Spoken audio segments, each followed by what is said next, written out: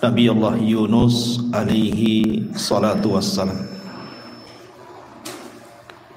Bagaimana kisahnya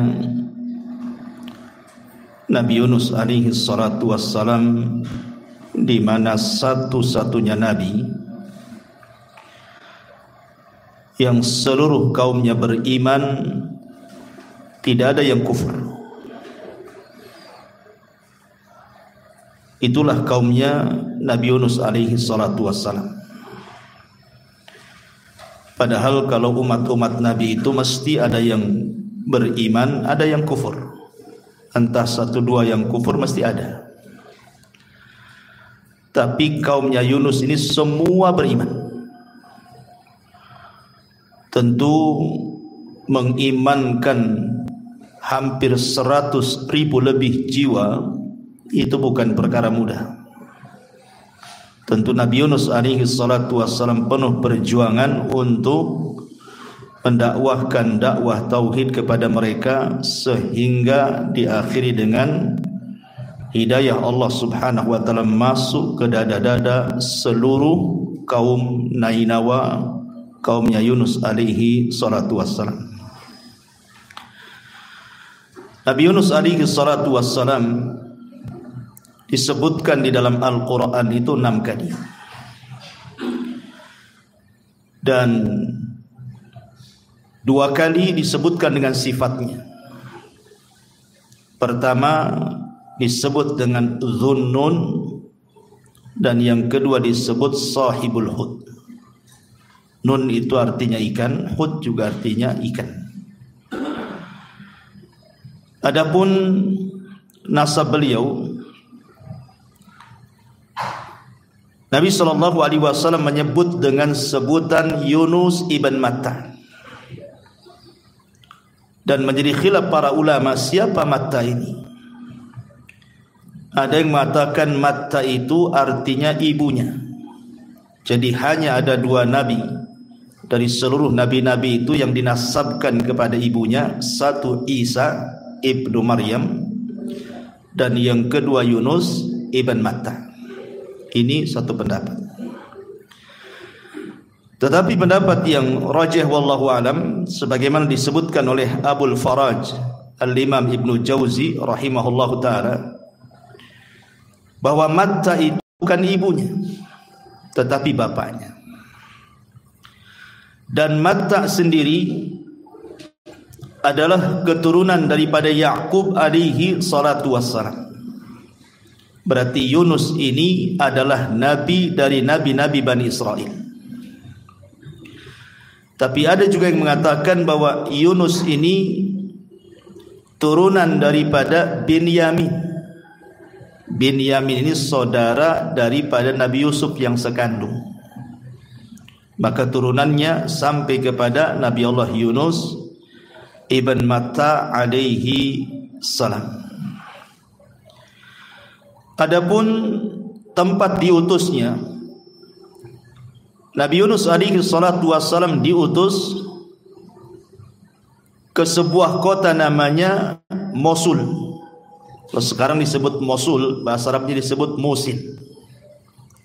Di situ ada daerah namanya Nainawa. Sekarang menjadi ke gubernuran Nainawa di Irak sana, sebelah timur. Dan tempatnya masih ada. Ada yang mengatakan bahwa ketika itu raja yang berkuasa namanya Yerobeam ibn Yoas. Itu menurut ahli kitab, tapi Quran tidak menyebutkan. Hanya dikirim kepada Nainawa begitu saja dalam hadis Nabi SAW. Kalau kita memperdalam kisah Nabi Yunus ini memang luar biasa. Nanti banyak syarat pelajaran yang kita akan petik, dan cukup panjang kisahnya karena disebutkan hampir di 6 ayat dalam Quran.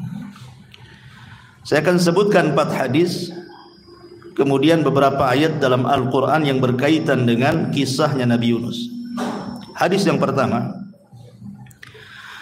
hadis ini dikeluarkan oleh Imam Bukhari dan Muslim dari Abdullah ibn Abbas radhiyallahu anhuma, Nabi SAW bersabda, la yambagi li abdin an yaqula ana khairun min Yunus ibn Matta. Tidak boleh bagi seorang hamba mengatakan bahwa aku lebih baik dibandingkan Yunus ibn Matta.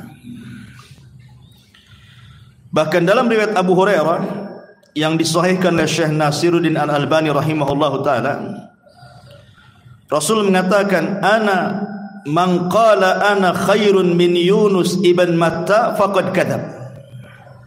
Barang siapa yang mengatakan saya lebih baik dibandingkan Yunus, maka dustakan kata-katanya.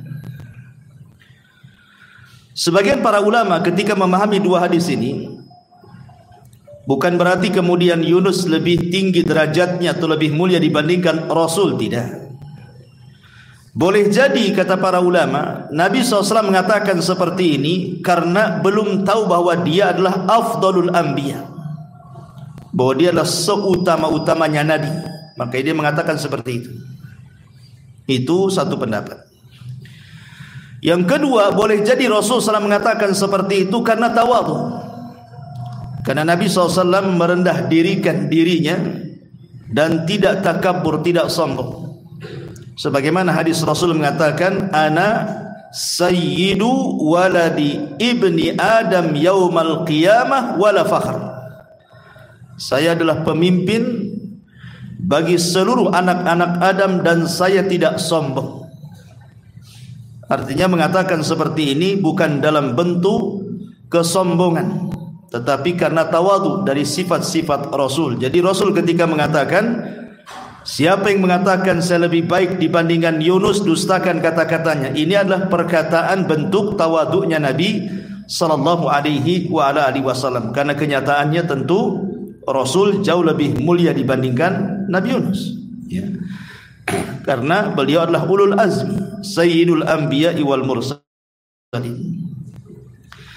Adapun hadis yang masyhur yang nomor 2 yang sering didengar, la tufaddiluni ala Yunus ibn Matta, jangan kalian utamakan aku di atas Yunus ibn Matta. Hadis ini dikatakan oleh para ulama la asla lahu, tidak ada asalnya dalam lafaz seperti ini.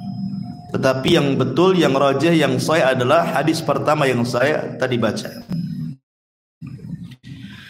Kemudian yang ketiga, disebutkan dalam musnad antara Utsman sedang duduk di masjid menghayal. Kemudian Sa'd bin Abi Waqqas mengucapkan salam, Assalamualaikum ya Utsman. Tapi Utsman tidak jawab.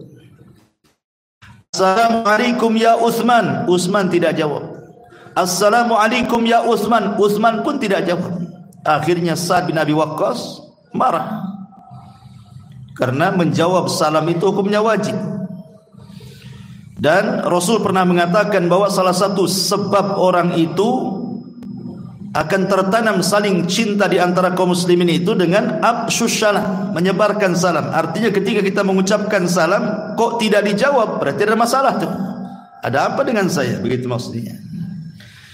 Makanya kemudian Sa'd bin Abi Waqqas akhirnya melapor kepada Umar ibn al-Khattab radhiyallahu anhu bahwa dia tadi ketemu Utsman mengucapkan salam tak mau jawab. Akhirnya kemudian Umar pun memanggil Utsman ibn Affan radhiyallahu anhu. Kemudian Umar pun meninterogasi Utsman dan mengatakan, ya Utsman, tadi saudaramu Sa'd bin Abi Waqqas mengucapkan salam, kenapa kau tak jawab? Maka Utsman ibn Affan radhiyallahu anhu mengatakan, saya tidak tahu, bahkan saya tidak dengar. Kalau saya tahu dan dengar, tidak mungkin saya tidak menjawab salam. Akhirnya kemudian kata Sa'd bin Abi Waqqas, bahkan aku sudah mengucapkan salam tapi kau tak jawab. Utsman membantah lagi, aku tidak dengar. Akhirnya kemudian Umar bin Khattab radhiyallahu anhu bertanya, Affan radhiyallahu anhu, dia mengatakan, boleh jadi tadi aku sedang duduk di Masjid Nabawi itu terpikir sebuah hadis Nabi. Jadi dulu aku pernah bersama Nabi sallallahu alaihi wasallam, ketika itu Nabi sallallahu alaihi wasallam mengatakan sesuatu. Kata Nabi sallallahu alaihi wasallam, da'watun nabi, ada doa seorang nabi yang kalau dibaca dalam setiap doa kita pasti mustajab. Sebelum Nabi SAW menyebutkan doa itu, tiba-tiba datang Arab Badui menyibukkan Rasul, sehingga Rasul lupa menyampaikan terusan hadis itu, kemudian pulang. Dan aku tidak tahu lafadznya seperti apa. Kata Umar bin Khattab radhiyallahu an, aku juga sama, aku ada di situ, aku pun tak tahu, katanya. Tiba-tiba Sa'ad bin Abi Waqqas mengatakan, "Na'am, aku tahu," katanya.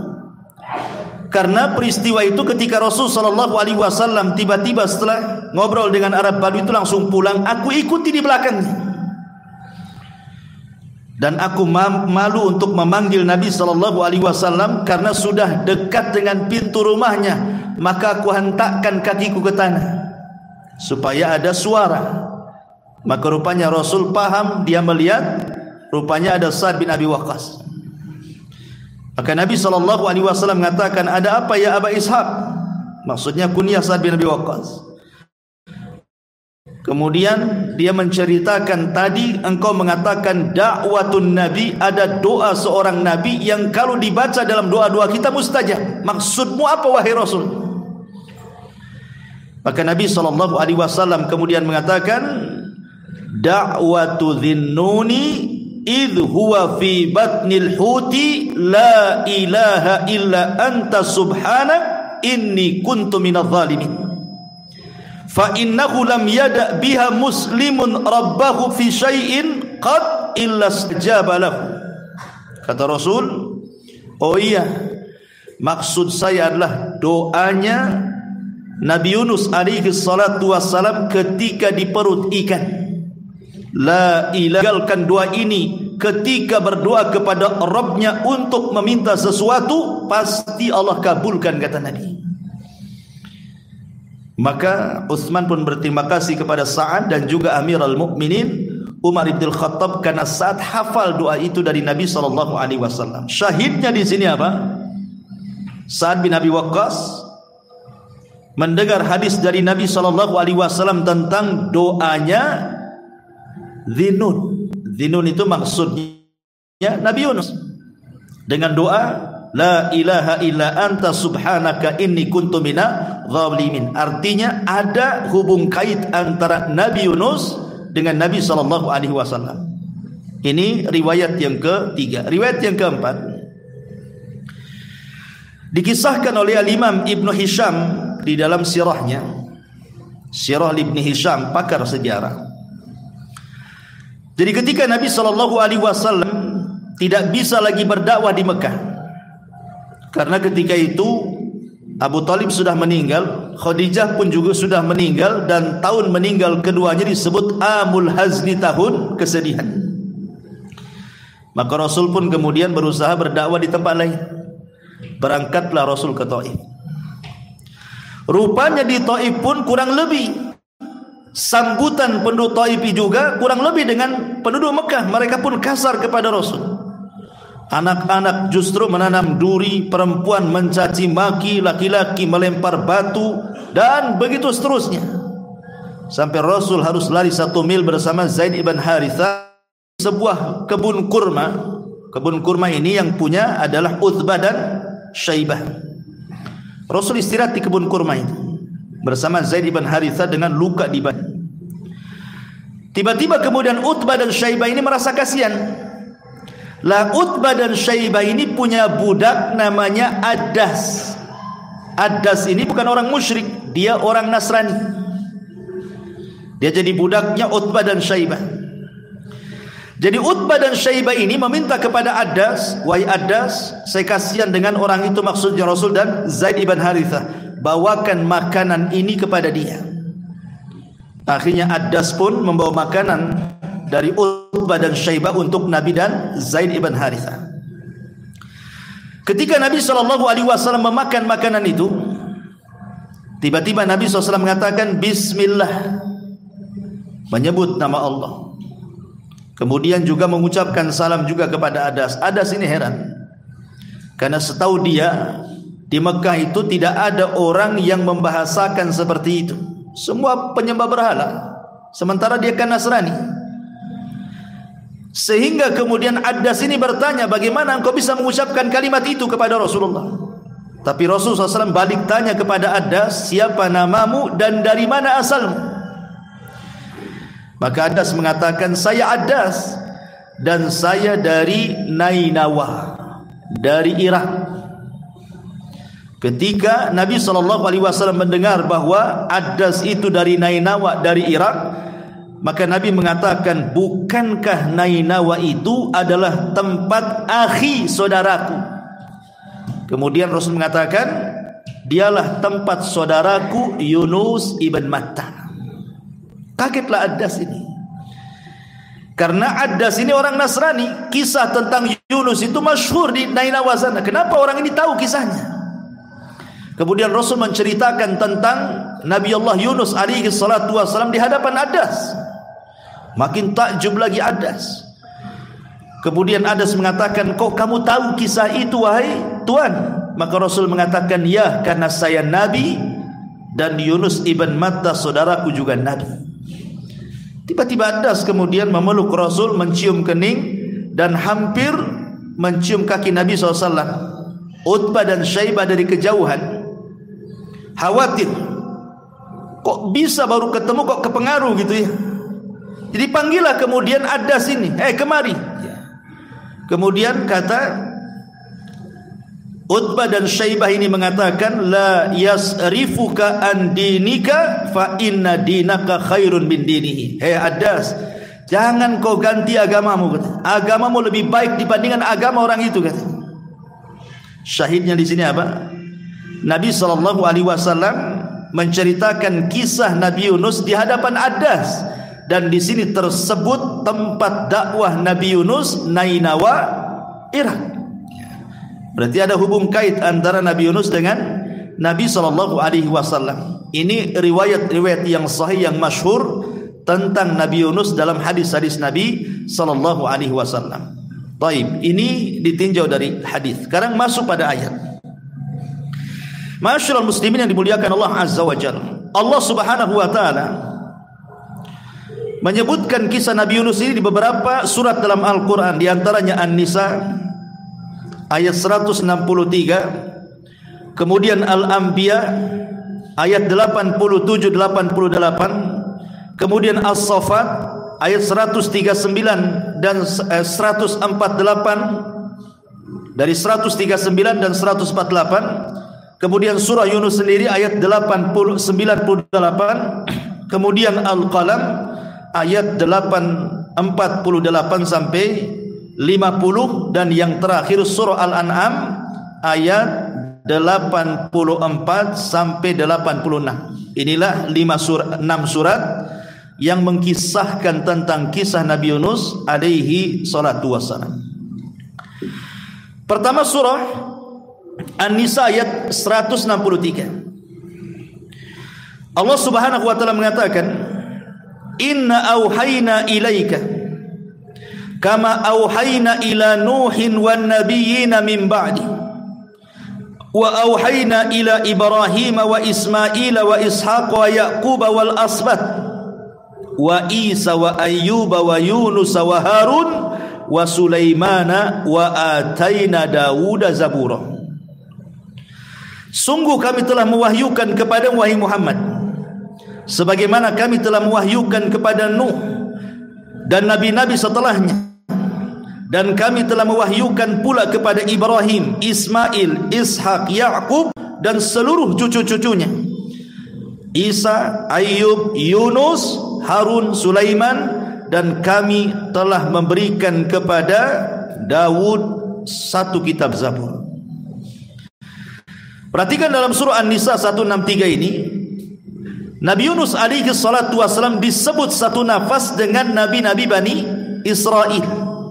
Dan saya sudah katakan di muqaddimah, dari sini kita tahu bahwa Nabi Yunus itu satu di antara nabi-nabi Bani Israel. Ini syahid daripada An-Nisa 163. Kemudian juga disebutkan di dalam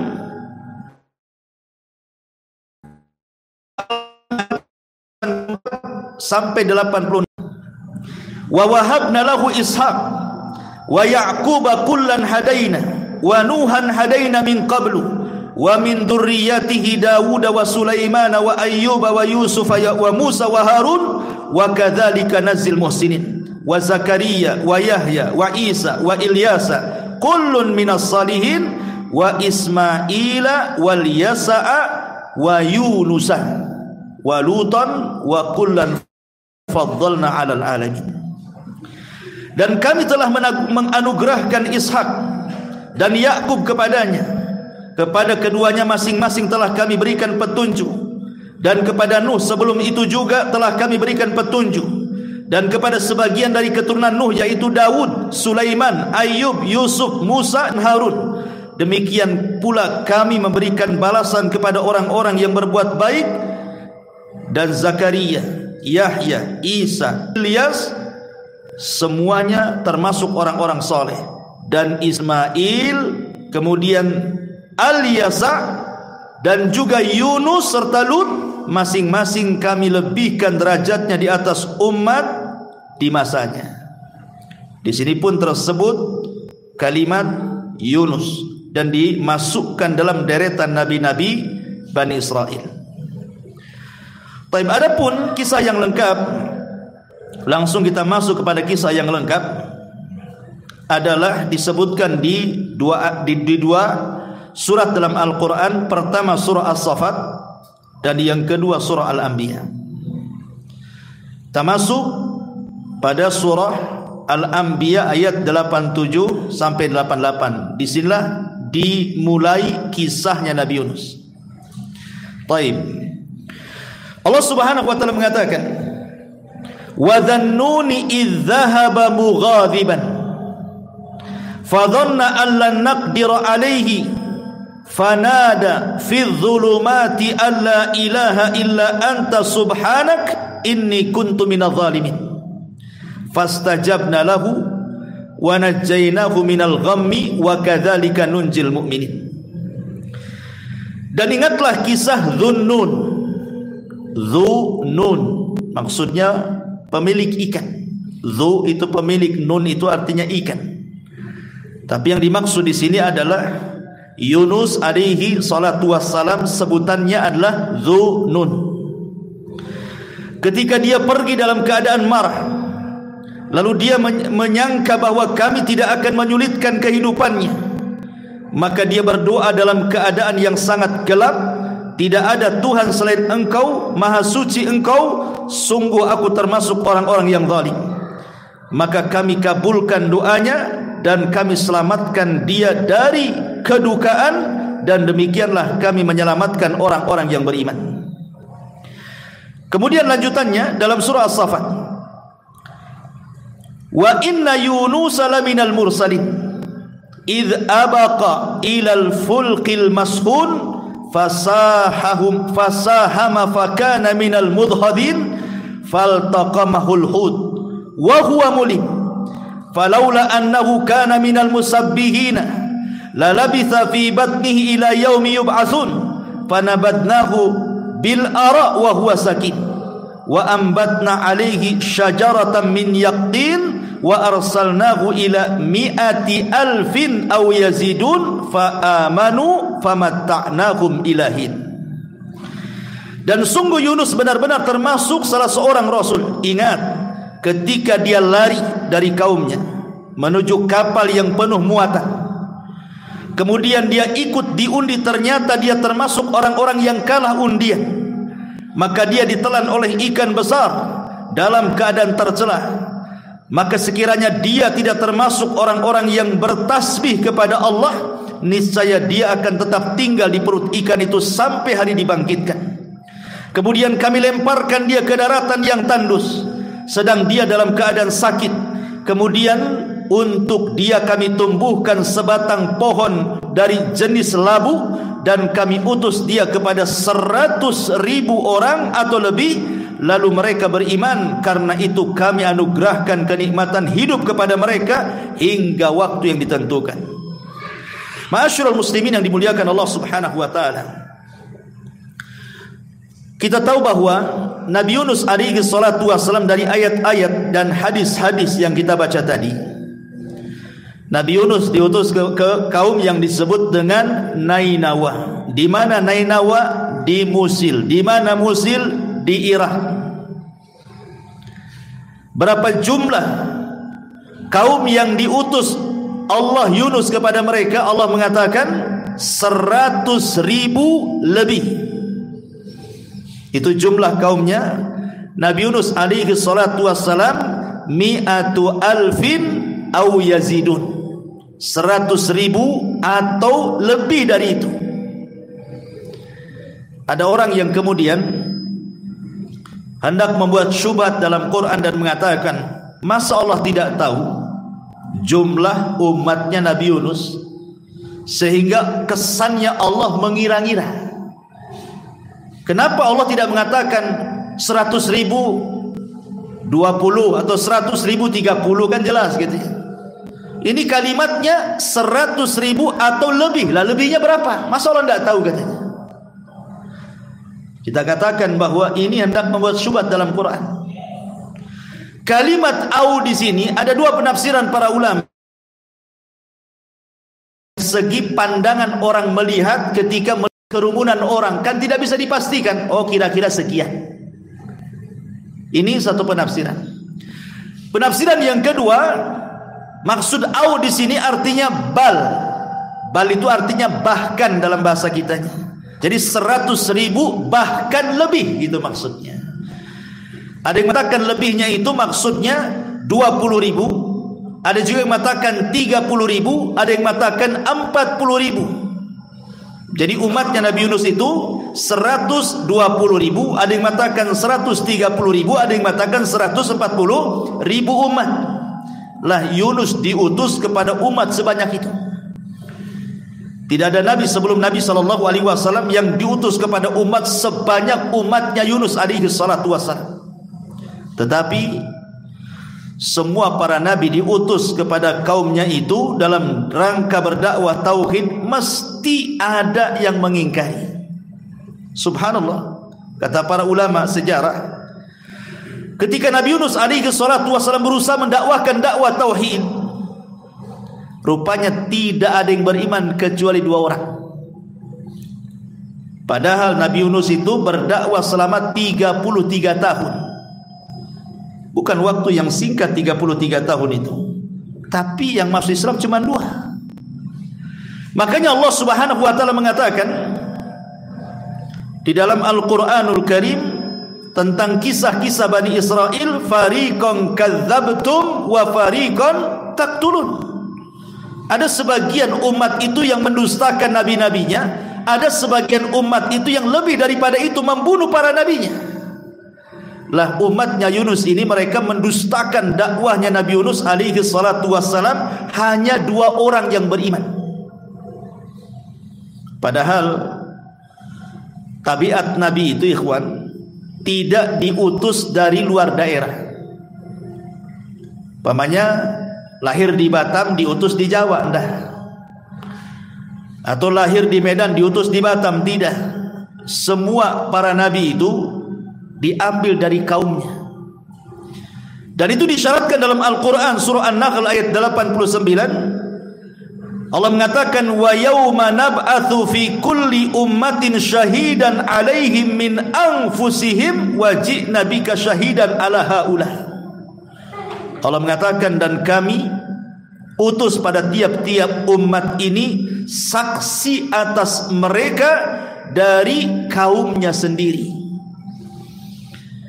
Sebagaimana Nabi SAW lahir di Arab, maka dia berdakwah untuk bangsa Arab kala itu, tapi ajarnya untuk seluruh manusia. Maka Yunus pun itu lahir dari Nainawa. Untuk apa coba? Supaya orang-orang Nainawa Irak itu tahu dari mulai bayinya, remajanya, dewasanya sampai diangkat jadi nabi, bagaimana akhlaknya, bagaimana karakternya, bagaimana kehidupannya. Dan pasti Allah sudah mempersiapkan Yunus itu sebaik mungkin karena akan menjadi seorang nabi, sehingga tidak dicela kaumnya. Dan setiap nabi itu akan bicara dengan lisan kaumnya. Dan itu disyaratkan juga di dalam surah Ibrahim ayat keempat. Allah mengatakan, wa ma arsalna mir rasulin illa bilisani qaumihi. Dan tidaklah kami utus tiap-tiap umat seorang rasul kecuali berbicara dengan lisan kaumnya, supaya mudah dimengerti. Ya tidak mungkinlah kita orang Indonesia, rasul kita orang Inggris tidak bisa bahasa Indonesia, kan susah pula dia. Kita pula susah jadinya memahaminya kan? Artinya Allah subhanahu wa ta'ala sudah mudahkan Yunus itu untuk berdakwah kepada kaumnya. Tapi subhanallah, persis seperti Allah katakan, kadzalika ma atal ladzina min qablihim mir rasulin illa qalu sahirum majnun. Dan begitulah kami datangkan para nabi sebelum Nabi SAW, kecuali kaumnya mengatakan nabi itu tukang sihir ataupun nabi itu gila. Jadi kaumnya Yunus itu menggila-gilakan Yunus dan menganggap Yunus itu tukang sihir, sama dengan Rasulullah. Dikatakan tukang sihir, dikatakan orang gila, dikatakan pemecah belah. Dan ini ada pelajaran besar bagi kita. Siapapun antum yang mendakwahkan dakwah tauhid, maka sunnatud dakwah itu pasti ada orang yang akan memusuhi antum. Pasti ada. Siapapun yang berdakwah dakwah tauhid, pasti ada yang akan memusuhi antum. Sebagaimana para nabi dan rasul mendakwahkan dakwah tauhid, dimusuhi kaumnya. Karena itu sunnatul dakwah. Ma'asyiral muslimin yang dimuliakan Allah azza wa jalla, Yunus itu didustakan oleh kaumnya, hanya 2 orang yang beriman. Sebab itulah maka Nabi Allah Yunus alaihi salatu wassalam marah kepada kaumnya. Sudah 33 tahun berdakwah, tidak ada juga yang beriman. Akhirnya Yunus pun mengancam kaumnya, karena kalian sudah tidak mau beriman kepada Allah, kupastikan dalam 3 hari ini azab Allah akan menimpa kalian. Akhirnya kaumnya cuek-cuek saja, gak peduli dengan nabinya. Hari pertama tak pun nampak tuh tanda-tanda ada azab itu. Hari kedua juga sama, tak ada tanda-tandanya. Maka Nabi Yunus alaihi salatu wassalam akhirnya takut lebih didustakan kaumnya. Kalau setelah 3 hari juga tidak kunjung ada, tentu orang makin mendustakan dirinya. Maka dia pergi dari Nainawa. Rupanya ketika Yunus pergi itu hari ketiga, Allah subhanahu wa ta'ala memperlihatkan azabnya kepada penduduk Nainawa dengan dikirim awan hitam yang siap menggulung mereka. Dari situlah kemudian tokoh-tokohnya, raja yang berkuasa dan juga tokoh-tokohnya, mereka baru sadar bahwa selama ini kita sia-siakan Nabi di tengah-tengah kita. Kita tidak beriman kepada dia sampai dia pergi. Dan sekarang Allah tunjukkan azab itu sudah ada tanda-tandanya. Akhirnya sang raja memerintahkan seluruh rakyat Nainawa yang berjumlah 100.000 lebih itu untuk bertobat kepada Allah subhanahu wa ta'ala, beriman kepada syariat Yunus alaihi salatu wassalam. Sementara Nabi Yunus tidak tahu. Dia kan sudah pergi, kalau kaumnya sudah beriman, gitu masalahnya. Ma'asyiral muslimin yang dimuliakan Allah azza wa jalla, dari sini ada persoalan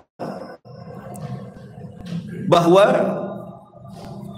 iman itu terbagi menjadi 2. Supaya antum paham, iman itu terbagi menjadi 2. Yang pertama, ada namanya iman itu sifatnya idtirari, terpaksa. Ada yang kedua, iman itu disebut ikhtiyari, karena kehendaknya. Ada orang yang dipaksa beriman, ada yang karena kehendaknya beriman. Kalau terpaksa dan disebut idtirar, maka iman yang terpaksa itu tidak ada guna. Iman yang terpaksa itu tidak bermanfaat bagi pelakunya. Dan itu disebutkan di dalam Al-Quran. Allah mengatakan falamma ra'au ba'sana qalu amanna billahi wahdah wa kafarna bima kunna bihil musyrikun wa kafarna bima kunna bihi musyrikin falam yaku yanfa'uhum imanuhum lama ra'au ba'sana sunnatallahi allati qad khalat min ibadihi wa khasira hunalikal kafirun. Maka ketika mereka melihat azab, mereka berkata, kami hanya beriman kepada Allah saja dan kami ingkar kepada sesembahan yang telah kami persekutukan dengan Allah. Maka iman mereka ketika itu, ketika mereka telah melihat azab, maka kami anggap iman mereka tidak berguna lagi bagi mereka. Itulah ketentuan Allah yang telah berlaku terhadap hamba-hambanya, dan ketika itulah ruginya orang-orang kafir. Perhatikan Fir'aun, di ujung hayatnya dia mengatakan amantu bima amanat bihi banu Israel. Aku beriman dengan apa yang diyakini Bani Israel kepada Musa. Pertanyaannya, manfaat enggak imannya Fir'aun ketika mengucapkan seperti itu? Tidak. Tetap saja Fir'aun ditolak keimanannya. Makanya dalam Islam itu kalau kita cerita taubat, dalam Islam sendiri mengatakan bahwa taubat itu akan diterima kalau seandainya ada dua perkara. Satu, belum ditenggorokan. Sebagaimana hadis Nabi sallallahu alaihi wasallam, innallaha yaqbalu taubata 'abdin ma lam yughargir. Dalam hadis yang disahihkan oleh Syekh Al-Rahimahullah taala, Allah masih menerima tobatnya hamba selama nyawa belum di kerongkongan. Artinya kalau sudah nyawa di kerongkongan, ya ditolaklah tobatnya. Kemudian yang kedua, selama matahari belum terbit dari arah barat. Dan itu difirmankan dalam surah Al-An'am ayat 158, di mana Allah mengatakan la yanfa'u nafsan imanuha lam takun amanat min qablu aw kasabat fi imaniha khairah. Allah mengatakan iman seseorang tidak akan manfaat kalau sebelumnya dia belum beriman atau setelahnya dia beriman belum beramal saleh. Maka tidak ada gunanya kalau seandainya matahari itu sudah terbit dari arah barat. Lah dari sini ma'asyiral muslimin, ketika Fir'aun mengatakan saya beriman, tetap saja ditolak keimanannya. Kenapa? Karena dia ngomong itu terpaksa, karena sudah digulung oleh ombak. Sekarang pertanyaannya, kenapa kaum Nainawa diterima imannya? Sehingga ketika kemudian mereka bertobat semuanya, padahal azab sudah di atas kepala mereka. Lalu apa bedanya dengan Fir'aun? Tetapi Fir'aun tidak diselamatkan, tetap ditenggelamkan. Kalau kaum Nainawa ini disingkap azabnya, dihilangkan azabnya. Kemudian mereka beriman semuanya, bertobat semuanya. Kata para ulama, karena imannya Fir'aun itu idtirari, terpaksa. Karena sudah digulung azab, terpaksalah dia beriman. Kalau kaumnya Yunus itu ikhtiari, karena keinginan mereka, mereka nyesal. Bukti penyesalan mereka adalah ketika Nabi Yunus pergi, kemudian azab Allah sudah di atas kepala mereka, mereka keluar semuanya seperti orang yang hendak istisqa. Keluar semuanya, anak-anak, laki-laki, perempuan, bawa binatang lagi.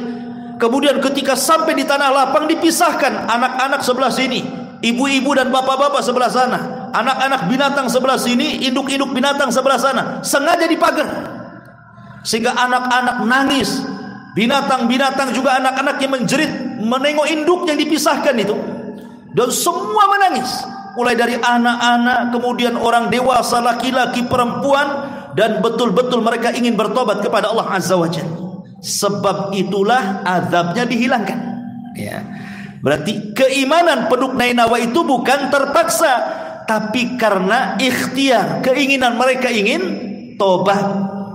Makanya mereka diterima. Dari sini Allah katakan di dalam Al-Quranul Karim ketika menjelaskan tentang tobatnya penduduk Nainawa ini, apa firman-Nya?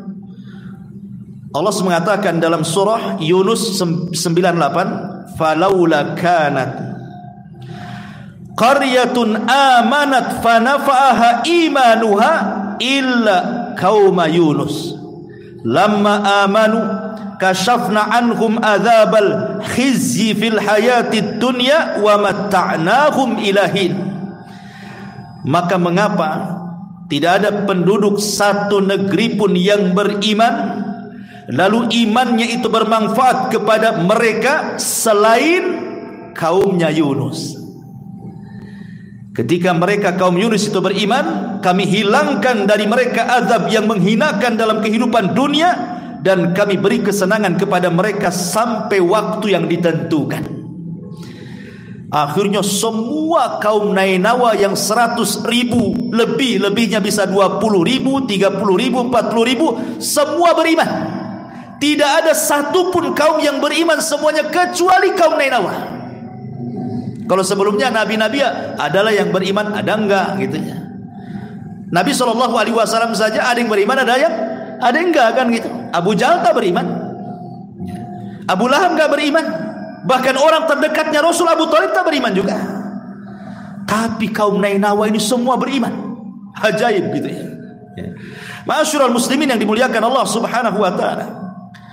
Ketika mereka beriman itu, Nabi Yunus tidak tahu, karena dia sudah pergi masalahnya. Pergi dalam posisi marah dia. Makanya tadi Allah Subhanahu wa taala katakan wa dhannun, dan Nabi Yunus alaihi salatu wassalam, dhunnun itu idzahaba mughadiba, dia pergi dalam kondisi marah. Ma'asyiral muslimin yang dimuliakan Allah azza wajalla, marah itu kadang-kadang perlu.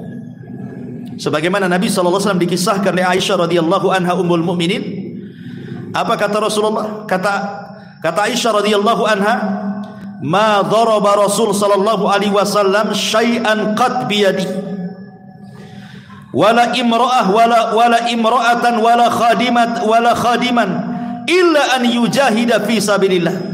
Rasul itu tidak pernah memukul dengan tangannya sedikit pun, baik kepada istri-istrinya ataupun kepada pembantu-pembantunya, kecuali dalam rangka jihad. Kalau dalam jihad dia harus mengayunkan pedang lah. Kemudian kata Aisyah di ujung hadis, ya, dia mengatakan wa manila minhu syai'un qad fayantaqimu min sahibihi illa an yantahika syai'un min maharimillah fayantaqimu lillahi azza wajalla. Dan Rasul tidak pernah marah untuk membalas sesuatu dengan kemarahannya, kecuali kalau di hadapan ada orang-orang merobek kehormatan Allah. Kalau ada orang-orang yang merobek kehormatan Allah, melanggar yang diharamkan Allah Subhanahu wa taala, di sini Rasul marah. Rasul marah. Makanya ketika ada seorang wanita dari Bani Mahzumah, wanita ini anak pejabat, mencuri ketahuan. Kemudian orang-orang dari Bani Mahzum mengatakan, cobalah seseorang datang kepada Rasul, janganlah, dia kan wanita mulia, anak pejabat, masa mau dihukum dipotong tangan, kasihanlah dia. Akhirnya orang-orang ini mengatakan, coba kalau kalian datangi Usama bin Zaid. Bukankah Usama bin Zaid itu sahabat yang paling dicintai Nabi, karena dia anak daripada Zaid ibn Harith, anak angkatnya. Coba lobby dia, mudah-mudahan berhasil agar Rasul tidak menghukum wanita pejabat dari Bani Mahzumah itu. Maka kemudian Usama datang kepada Rasul, menceritakan bahwa dia diutus oleh Bani Mahzum supaya Rasul jangan menghukum wanita yang mencuri itu, karena wanita itu anak pejabat.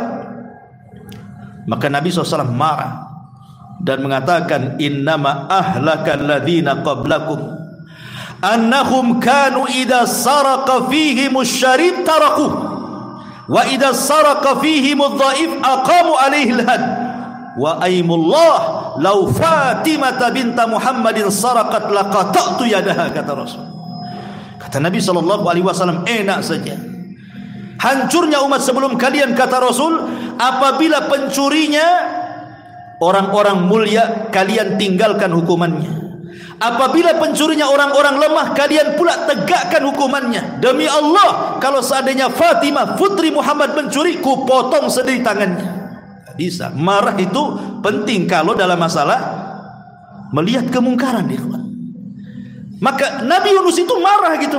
Sudah didakwai selama 33 tahun, tidak pula beriman kepadanya. Sudah diancam-ancam azab, tidak pula beriman kepadanya. Makanya dia pergi dalam kondisi marah. Rupanya Yunus tidak tahu kalau kaumnya sudah beriman, itu masalahnya. Akhirnya Allah Subhanahu wa taala menguji Yunus alaihi salatu wassalam. Kenapa? Karena dia belum diizinkan pergi dari kaumnya, dia berijtihad sendiri keluar hijrah dari kaumnya. Beda dengan Lut alaihi salam. Kenapa dia meninggalkan Sodom kemudian hijrah ke Palestina?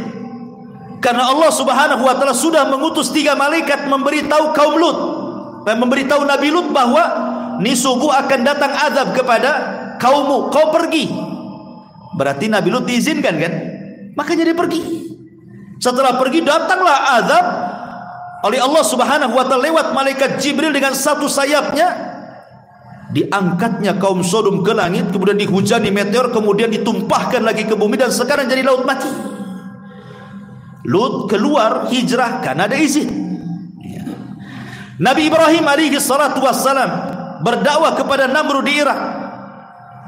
Dia tidak bisa lagi mendakwai mereka, dan Allah sudah izinkan untuk hijrah. Maka Ibrahim hijrah ke Syam, ke Palestina, kemudian ke Mesir, sampai ke Jazirah Arab. Termasuk Nabi Musa, dia hijrah karena dia tidak bisa lagi untuk mendakwahi orang-orang Mesir di bawah kekuasaan Fir'aun dan membahayakan Bani Israel. Perintahkan Musa untuk hijrah dari Mesir ke mana? Ke Palestina. Jadi nabi-nabi ini diizinkan hijrah, makanya tidak diuji oleh Allah. Termasuk Nabi kita Muhammad SAW hijrah dari Mekah ke Madinah karena memang tidak bisa lagi berdakwah di Mekah. Makanya ketika dia mendatangi Abu Bakar Siddiq radhiyallahu anhu, dia mengatakan, "Qad adina li bil hijrah ya Abu Bakrin." Abu Bakar, Allah sudah izinkan aku hijrah. Kata Abu Bakar, "As-suhbatu suhbatu Rasul." Bolehkah aku menjadi temanmu hijrahmu, menjadi teman hijrahmu? Kata Rasul, "As-suhbatu suhbatu ya Abu Bakrin." Boleh kau jadi temanku. Maka Rasul pun setelah dapat izin Allah keluar dari Mekah hijrah ke Madinah. Lah Nabi Yunus ini belum ada izin, dia main keluar gitu saja. Makanya kemudian Allah Subhanahu wa taala menguji Nabi Yunus alaihi salatu wassalam. Akhirnya Nabi Yunus alaihi salatu wassalam pun diuji dengan ujian yang cukup berat oleh Allah Subhanahu wa taala ketika dia meninggalkan kaumnya dan hendak menyeberang lautan. Maka dia melihat ada kapal penuh dengan muatan dan penuh dengan penumpang juga. Akhirnya Nabi Yunus alaihi salatu wassalam naiklah ke kapal tersebut. Naik ke kapal tersebut. Kemudian mengambil tempat duduk di ujung. Ya, karena penuh barang, penuh orang. Ketika datang waktu sholat, Nabi Yunus sholat di situ, dan orang-orang memperhatikan, menunjukkan bahwa ini orang mulia, ibadah sendiri di atas kapal. Ya. Tiba-tiba ma'asyiral muslimin yang dimuliakan Allah Subhanahu wa taala, ketika kapal ini sudah mulai berjalan ke tengah lautan, ada yang mengatakan tiba-tiba ada ikan paus atau ikan besar yang hendak menyerang perahu. Atau pendapat dari kalangan ahli tafsir, nggak ada dalilnya. Ya, ini kan pendapat saja. Ada juga yang mengatakan tiba-tiba datang petir sehingga menggoyang kapalnya. Kapal penuh dengan muat, bisa saja dia robohkan begitu. Tapi ada juga yang mengatakan bahwa datang ombak besar sehingga mengombang-ambingkan kapal, sehingga tidak harus dikurangi beban kapalnya. Kalau tidak, tenggelamlah kapal ini. Mulailah mereka mengeluarkan barang-barang di atas kapal untuk mengurangi beban kapal itu. Tapi sudah banyak dibuang barang-barang pun masih juga over kapasitas. Begitulah tamaknya orang kan, apalagi pedagang itu. Kapal ini kadang-kadang di luar kapasitasnya masih dijejeli barang saja kan. penumpang itu sudah seatnya habis, masih juga masuk. Berdirilah di situ. Kalau saya lihat di India itu kereta itu, masya Allah, perasaan itu yang duduk di atas kereta itu tidak lebih banyak daripada di atas keretanya. Makin banyak penumpang di atas keretanya. Ma'asyiral muslimin yang dimuliakan Allah Azza wa Jalla. Akhirnya kemudian orang-orang pun berpikir, ini harus ada yang dikorbankan di antara kita. Tidak mungkinlah kita ini tenggelam rame-rame di sini. Kemudian dimintai kesepakatan semua orang yang dalam kapal itu, bagaimana kalau kita buat undian qara. Akhirnya kemudian sepakat, mau tidak mau yang terkena undian, karena sudah kesepakatan harus loncat. Mulailah kemudian diundi satu persatu. Siapa? Bang Karim, loncat. Siapa lagi? Siapa lagi? Loncat. Terakhir pula nama Yunus keluar. Orang-orang sebagian tafsir mengatakan tidak mau Yunus itu meloncat. Kenapa? Karena ada orang yang tahu di kapal itu bahwa dia seorang nabi. Jangan dia, yang lain saja katanya. Atau ada juga yang berpendapat bahwa tidak ada yang tahu tetapi dia orang asing. Tapi karena ketika dia masuk perahu dia sholat, berarti dia bukan orang jahat, dia orang baik-baik, orang mulia. Dan mereka sangat menghargai orang asing, sehingga mereka mengatakan, oh jangan, ini kan bukan orang sini katanya. Kita undi orang-orang kita saja katanya. Akhirnya diundi ulang, Yunus lagi keluar. Terpaksalah kemudian Nabi Yunus alaihi salatu wassalam harus keluar dari kapal itu. Ma'asyiral muslimin yang dimuliakan Allah Subhanahu wa taala. Ada yang mengatakan bahwa kenapa alasan kemudian Nabi Yunus alaihi salatu wassalam diberikan bala oleh Allah seperti itu. Tadi kita sudah sebutkan satu alasannya. Karena Yunus meninggalkan kaumnya tanpa izin dari Allah Subhanahu wa taala, sehingga dia harus masuk ke dalam perut ikan.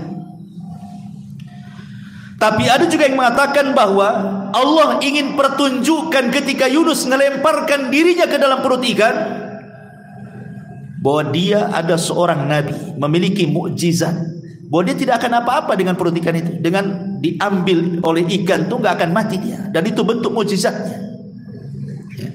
Ada juga yang mengatakan Allah ingin memberitahu tentang kudrah dan iradahnya, kebesaran Allah Subhanahu wa taala. Allah mampu mengutus ikan besar, kemudian melahap Nabi Yunus, kemudian mengeluarkan kembali dan tidak ada cacat sedikit pun, tetap hidup dan sehat bugar gitu ya. Ada juga yang mengatakan Allah hendak mentarbiah Nabi Yunus supaya makin kokoh lagi dengan keimanannya, sehingga harus diuji dulu. Dan ujiannya adalah dengan cara ditelan ikan tadi.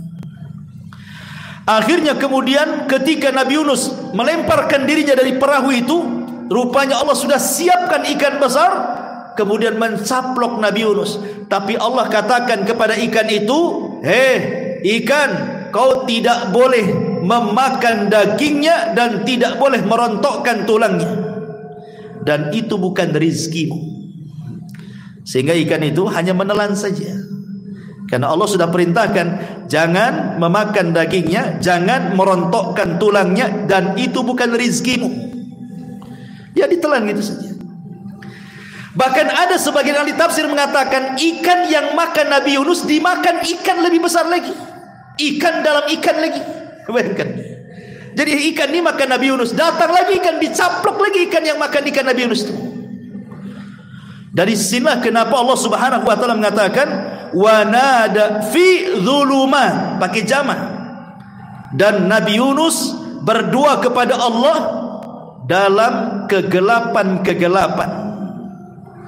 Dzulumat jama' artinya Yunus masuk dalam 3 kegelapan. Kegelapan di perut ikan, kegelapan di dasar, kegelapan di tengah malam. Masuk ikan itu ke dalam dasar bumi, ke dalam dasar lautan itu. Ma'asyiral muslimin yang dimuliakan Allah Azza wa Jalla. Berapa lama Yunus ini di perut ikan itu, dan apa yang dimakan sehingga dia tidak mati di dalamnya? Sebagian ahli tafsir sebagaimana disebutkan Imam Ibnu Katsir di dalam tafsirnya membawakan beberapa pendapat para ulama, di antaranya ada yang mengatakan Nabi Yunus itu tinggal di perut ikan arba'ina yauman, 40 hari. Dan ini pendapat Sa'id ibn Abil Hasan al-Basri. Kemudian yang kedua, ada juga yang mengatakan sab'ata ayamin wa qila thalathata ayyam. Ada yang mengatakan tidak sampai 40 hari. Nabi Yunus itu hanya 7 hari atau 3 hari. Dan ini pendapat Imam Atha dari Ja'far As-Sadiq. Ada juga yang mengatakan Nabi Yunus alaihi salam itu di perut ikan, dia masuk di waktu duha, ditelan di waktu duha gitu ya. Kemudian di waktu ketika tenggelam matahari dilepehkan sama ikan. Jadi hanya 1 hari saja, tidak sampai 40 hari, apalagi 7 ataupun 3 hari, cuma sehari saja. Wallahu alam, tidak ada dalil yang jelas masalah ini, kan ijtihad. Tetapi yang masyhur dari kalangan para ulama hanya 2 pendapat. Dimakan di waktu duha, dilepehkan di sore hari, dan juga pendapat yang mengatakan 3 hari di perut ikan, itu yang masyhur. Ya, di perut ikan itu 3 hari. Lalu apa yang dimakan? 3 hari pun kalau di perut ikan dasar lautan, kalau tidak makan ya gemetar juga lah kita. 1 hari antum tak makan ya gemetar. Makan makanan yang dimakan ikan yang dalam perutnya ya nggak ada cerita juga itu. Artinya wallahu alam, yang jelas Allah buat Nabi Yunus itu hidup di dalam perut ikan. Bahkan ketika Nabi Yunus alaihi salatu wasallam di perut ikan itu, dia sadar dia itu hamba Allah yang sudah bermaksiat kepada Allah azza wajalla. Akhirnya ketika dalam perut ikan itu, dia berjanji dalam perut ikan itu dia akan membuat tempat khusus untuk sujud, buat masjid dalam perut ikan itu. Dan dia mengatakan, aku akan jadikan perut ikan sebagai masjidku, sehingga tidak ada manusia yang pernah sujud di dasar lautan kecuali aku, katanya. Maka Nabi Yunus pun kemudian bertasbih dalam perut ikan. Makna tasbih itu artinya sholat. Nabi Yunus itu sholat di perut ikan. Kenapa? Nabi SAW dikisahkan oleh Jabir bin Abdullah radhiyallahu anhu, kana Nabi sallallahu alaihi wasallam idza hajabahu amrun fazi'a ila shalah. Rasul itu kalau ada masalah yang tidak bisa keluar, maka sebagai penyelesaiannya Rasul langsung salat. Dari sini Allah katakan wasta'inu bis sabri was shalah. Mintalah pertolongan dengan sabar dan salat. Artinya kalau antum ada masalah, dan semua kita pasti ada masalah, maka minta masalah ini diselesaikan oleh Allah azza wa jalla. Karena dia yang mengirim masalah, dia yang akan mengurai masalah. Caranya gimana? Sholat. Berdoa dalam sholat agar masalah kita cepat diselesaikan. Itu yang dilakukan Nabi Yunus alaihi salatu wasallam dalam kegelapan. Maka Yunus alaihi salatu wasallam di dalam 3 kegelapan itu, dia berusaha meminta pertolongan kepada Allah azza wa jalla dengan cara apa? Bertasbih. Awalnya Yunus ini ragu-ragu, mungkinkah Allah mendengar tasbih dia sementara dia berada di perut ikan di dasar lautan di tengah malam? Tapi Allah perdengarkan tiba-tiba tasbihnya penduduk laut yang ada di dasar laut. Tiba-tiba Yunus mendengar tasbihnya batu, tasbihnya ikan, macam-macam bertasbih.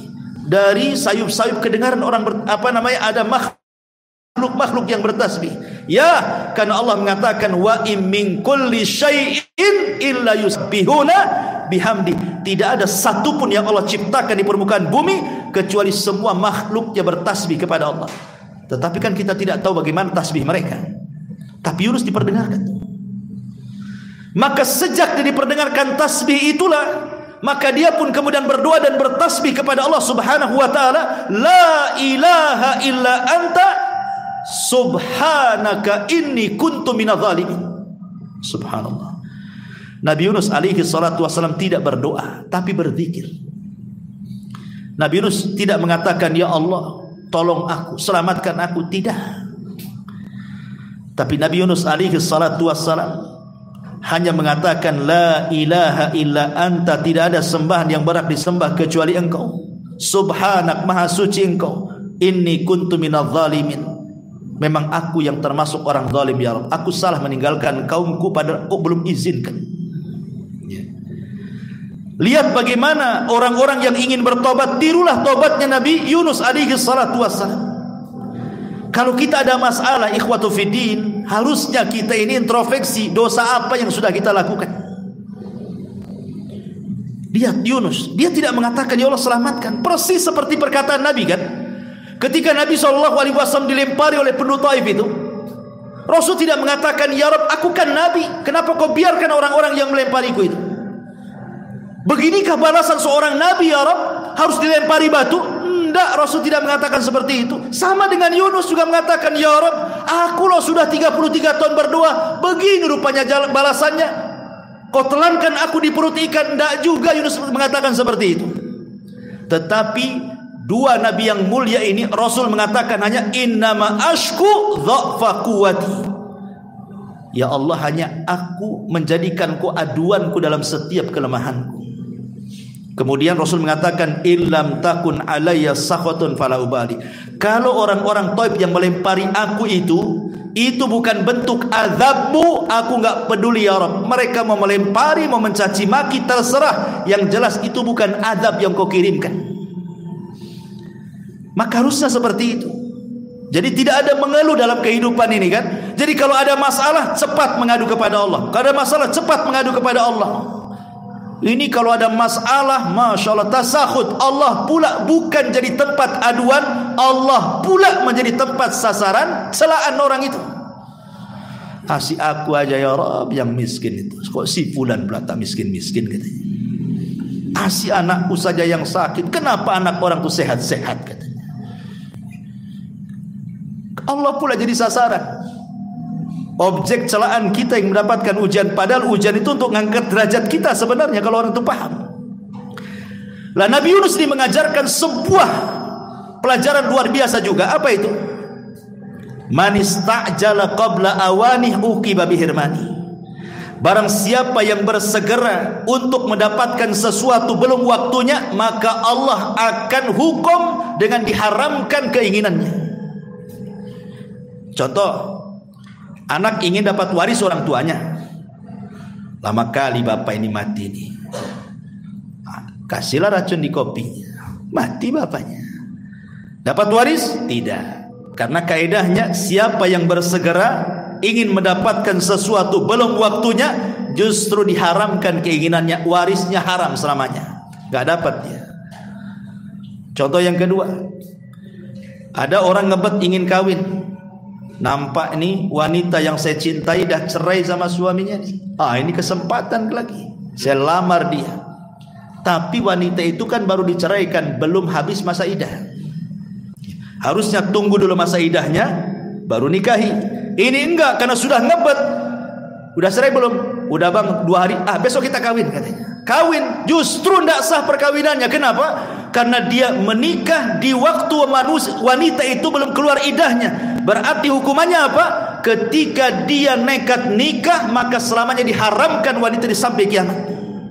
Kenapa? Man istajala qabla awanih uqiba bihirmani.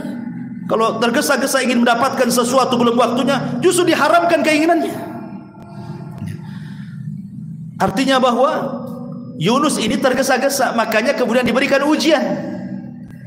Makanya Nabi SAW mengajarkan kepada kita dari kisah Nabi Yunus itu, disebutkan dalam surah Al-Qalam itu kan, wala takun kasahibil huti idnada wa huwa maqdum. Jangan pernah engkau wahai Muhammad seperti Yunus ketika dia berdoa dalam kondisi sedih. Maknanya apa? Nabi Yunus belum hijrah, tiba-tiba hijrah sendiri. Jangan seperti Yunus. Kamu ada waktu hijrahnya nanti. Jangan tergesa-gesa, gitu maksudnya. Jadi sesuatu itu pun al-ajalatu minasyaitan, kata Rasul. Tergesa-gesa itu dari setan. Maka jangan tergesa-gesa. Nanti datang juga waktunya. Ma'asyiral muslimin yang dimuliakan Allah Azza wa Jalla. Kemudian juga pelajaran lain apa? Ini juga pelajaran yang luar biasa dari Yunus alaihi salatu wassalam ketika di perut ikan itu. Apa itu? Nabi Yunus alaihi salatu wassalam bertasbih di perut ikan. Yang tasbihnya itu terdengar sampai ke langit. Disebutkan dalam hadis dhaif, tapi hadisnya dhaif. Para malaikat di langit itu mendengar ada suara sayup-sayup dari dasar lautan. Sehingga satu malaikat dengan malaikat yang lain itu saling bicara. Kayaknya kita semua kenal lah suara itu. Itu suara siapa itu? Maka Allah mengatakan itu suara Yunus ibn Matta. Maka malaikat kasihan dengan Yunus meminta syafaat kepada Allah agar Allah menolong Nabi Yunus ini. Makanya dengan syafaatnya para malaikat, akhirnya Allah tolong dan Allah selamatkan Nabi Yunus. Sebenarnya bukan syafaat malaikat, tetapi Nabi Yunus itu mengajarkan kepada kita tentang amalan sirriyah.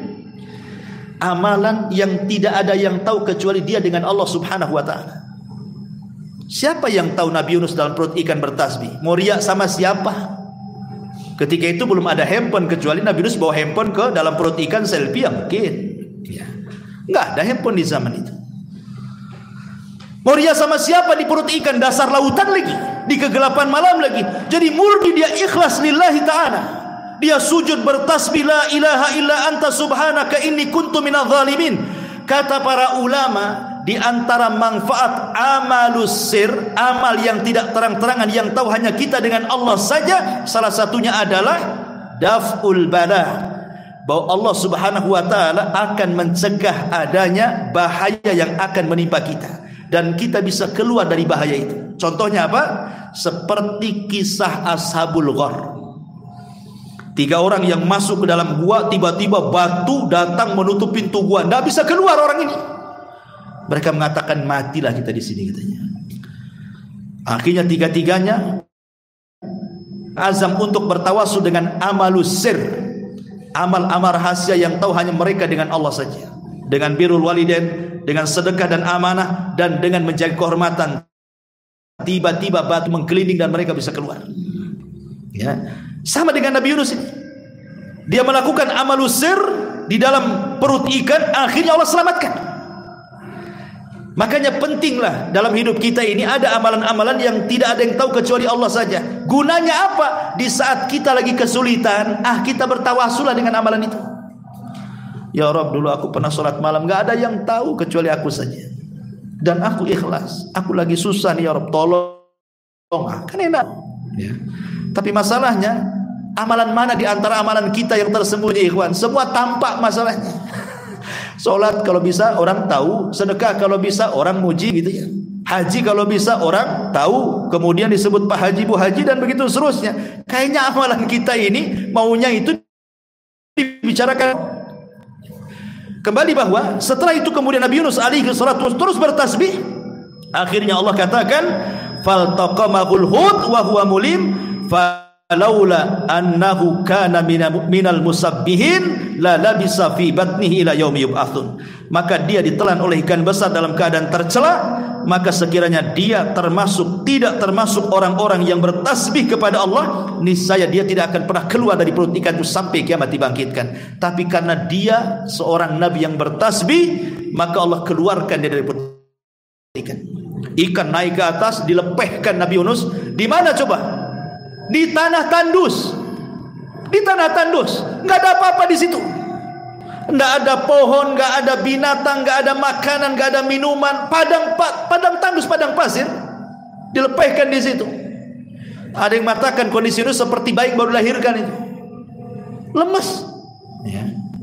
Akhirnya Allah Subhanahu Wa Taala disebutkan dalam ayat selanjutnya, Allah tumbuhkan satu tumbuhan. Apa itu? Fanabadnahu bil ara wa huwa faambatna alaihi syajaratan min yaqtin, dan kami tumbuhkan untuk dia sebatang pohon dari jenis labu. Jadi ketika dilepehkan kan masih lemas dia, tiba-tiba Allah tumbuhkan satu tumbuhan di dekat kepalanya. Kemudian tumbuhan itu menutupi wajahnya, menutupi badannya itu. Tiba-tiba cepat aja dia tumbuh. Daunnya membesar, kemudian langsung berbuah. Enak tuh kalau kita punya biji labu, ya kan? Pagi tanam, sore panen. Nah, tapi kan tak ada. Ya, ini kan cerita-cerita mukjizat, ya kan? Atau nanam pohon mangga, pagi tanam peloknya, besok pula ada panen. Mangga ajaib itu. Ya. Lah Yunus diletakkan pohon labu. Sedikit faedah labu kata para ulama. Labu ini ad-dawa wasyifa wal ghada. Buah-buahan sejenis labu itu dikatakan oleh para ulama, dia adalah ad-dawa, bisa jadi obat. Asyifa bisa jadi stamina kesehatan, al-ghada bisa jadi makanan. Dan Nabi SAW sangat mencintai labu. Sebutkan dalam hadis, kana Nabi SAW yuhibbuhu wa yaqul innaha syajaratu akhi Yunus. Nabi itu suka makan labu dan dia katakan inilah makanan saudaraku Yunus. Bahkan Anas bin Malik radhiyallahu mengatakan, suatu ketika aku diundang makan bersama Nabi SAW. Tiba-tiba Rasul dalam makanan itu, dalam lauknya mencari-cari lauk labu. Dan Anas memperhatikan, ya, rupanya Rasul suka labu. Sejak itulah kata Anas, aku disukakan labu karena Rasul suka dengan labu. Gak tahu antum suka labu atau enggak? Nabi suka. Kenapa? Ada yang mengatakan bahwa labu ini bermanfaat. Kalau di Arab sana, Rasul itu selalu mencampurkan makanan labu dengan kurma. Jadi makan bareng-bareng tuh, labu kurma langsung dimakan. Kenapa? Karena kurma itu membawa panas, labu itu membawa dingin. Jadi kalau makan kurma terus-terusan di musim panas, tensi darah naik. Tapi kalau makan labu terus-terusan di musim dingin, tensi darah merendah. Bisa darah rendah, datang penyakit darah rendah akhirnya. Ketika mencampurkan yang panas dan dingin, stabilah itu tekan darah itu. Itu dari segi kesehatan. Lah kenapa kemudian labu itu dikatakan oleh para ulama asyifa wad dawa wal ghada? Dia obat, stamina dan makanan. Itu pula yang ditumbuhkan di samping Nabi Yunus itu. Makan labu dia. Makanya setelah makan ada tenaga. Ketika itulah maka Nabi Yunus alaihi salatu wassalam, pertama dia berjumpa dengan penggembala kambing. Kemudian dia cerita, akhirnya penggembala kambing ini menceritakan tentang kisah Nainawa, bahwa mereka sudah beriman semuanya. Senanglah Yunus. Maka Yunus pun kemudian kembali ke Nainawa, terus mengokohkan keimanan Nainawa yang jumlahnya 100.000, ada yang mengatakan 100.000 dan bahkan lebih-lebihnya bisa 20.000, 30.000, 40.000, semua beriman kepada Allah, dan Allah berikan nikmat yang melimpah kepada kaum Nainawa kala itu. Sampai akhirnya Allah takdirkan Nabi Yunus meninggal dunia. Tetapi ya, yang namanya kaum-kaum dulu diceritakan dalam Al-Quran, setelah meninggal nabinya, sedikit demi sedikit mereka pun kufur kepada Allah subhanahu wa ta'ala. Maka setelah mereka kufur, Allah utus lagi seorang nabi setelah Yunus alaihi salatu wassalam.